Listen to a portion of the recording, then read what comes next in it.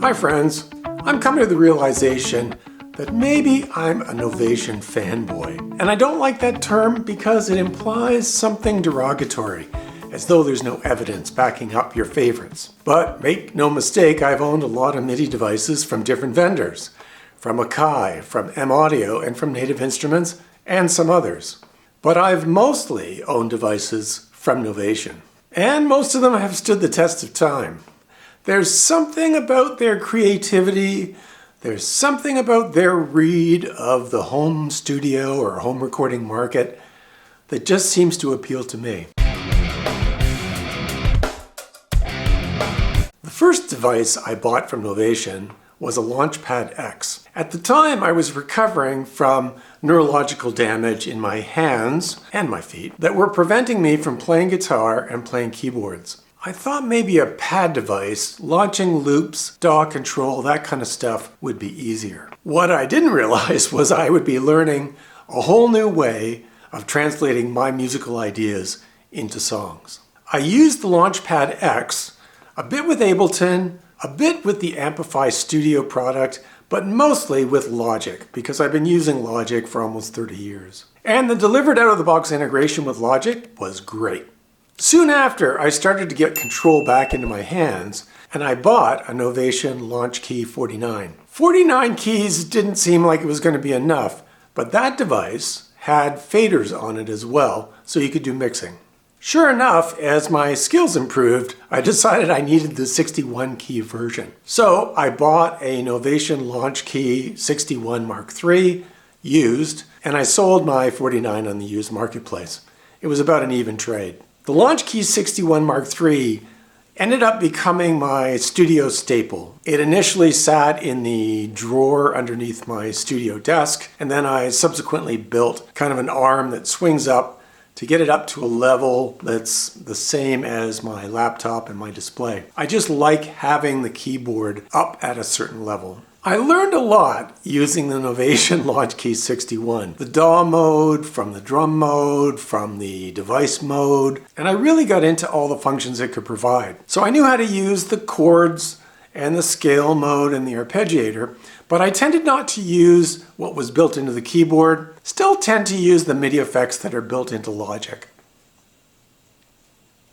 One hurdle that I was proud to overcome was I wanted to use that keyboard to control the encoders in Komplete 15, specifically Komplete Kontrol and Kontakt. And that's not very hard to do. Essentially, you just put it into one of the 4 custom modes and then do the MIDI learning within, say, Komplete Kontrol, and any instrument that you open from Native Instruments will inherit those controls, which is great. Not quite as straightforward with Kontakt. It's the same concept in that you can open a Kontakt library, map the encoders on the Launchkey, but it's instrument specific, so the next library that you open doesn't automatically inherit those assignments. The simplest way to use that stuff is through Komplete Kontrol, which adds a little overhead, but it works flawlessly with the Launchkey. Another mainstream package that I used quite a bit was the Arturia V collection. Similarly, I just put the Launchkey into custom mode 2, and I could map all the encoders and all the controls on the device to the Arturia software, and they work across the board. It's only when you dive into the device-specific controls that you start to have to do some funky mapping. And I've done that on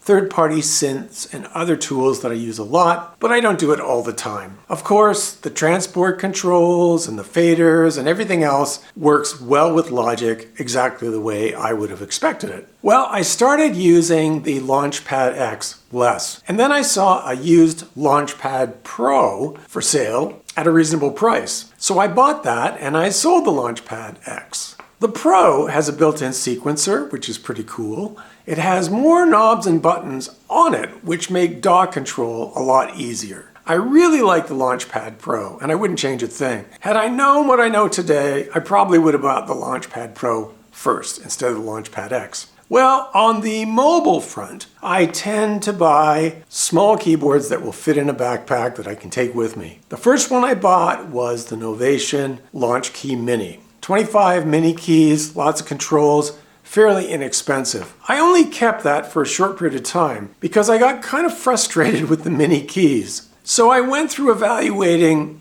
other small keyboards that I could take with me, fit in my backpack, that had built-in logic integration and similar types of features to the Launchkey Mini. I ended up with the Native Instruments Kontrol M32. Still mini keys, but it had 32 of them.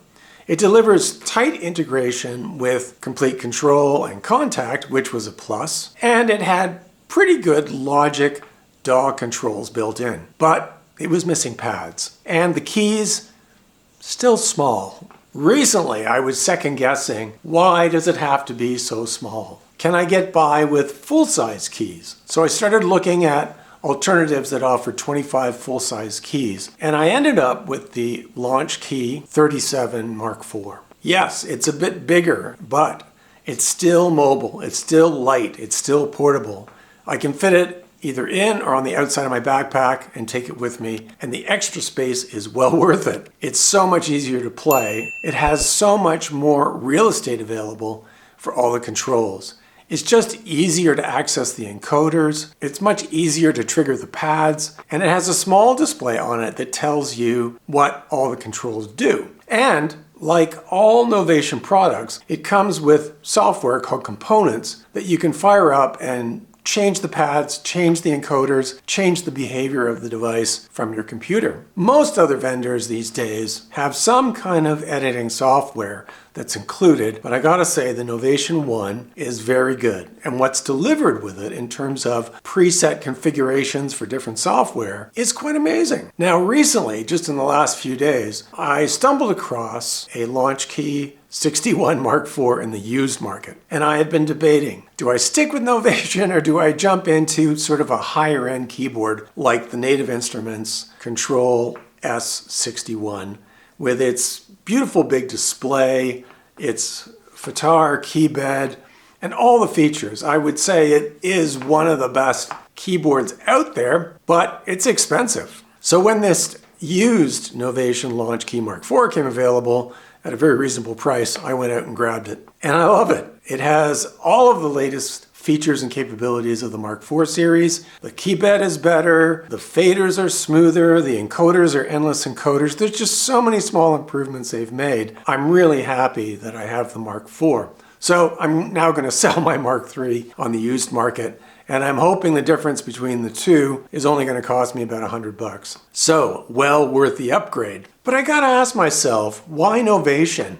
Are these developers more on the ball than anybody else? I don't think so. I think their devices appeal to somebody like me who can customize the MIDI mapping, who isn't afraid to dive into some software, make some edits and changes to make that keyboard do what I want it to do. The majority of people out there don't want to do that. They just want something they can plug in, turn on, and everything works out of the box. So if they have a big investment in Arturia, then of course Arturia keyboards are going to be the easiest to use. If they have a big investment in Native Instruments, the Kontrol S series is very impressive. But you're paying a premium price for that, and when you stray away from those vendor products, it gets a little bit trickier. Novation is one of the few that's kind of software agnostic. It'll work with any DAW, and it'll work with virtual instruments and plugins. But there's a bit of a learning curve in terms of understanding how to set it up. In my case, I feel that learning that stuff and setting it up puts me in a more powerful position as a music producer. I can do things that I couldn't do with some of those other keyboards. Hey, sometimes I wonder if I'm just cheap. And does that define a Novation fanboy? Sometimes I buy new, sometimes I buy used, and I tend to sell the equipment that I don't use. And sure, it depreciates, but I usually sell things while they're still worth something. So I'm always getting some money back. If you found this video insightful and useful, then click on the like button. Consider subscribing to the channel. If you have any questions or ideas, be sure to add them into the comments. I love to have a dialogue, and I'm happy to answer anything. Hey, thanks for watching.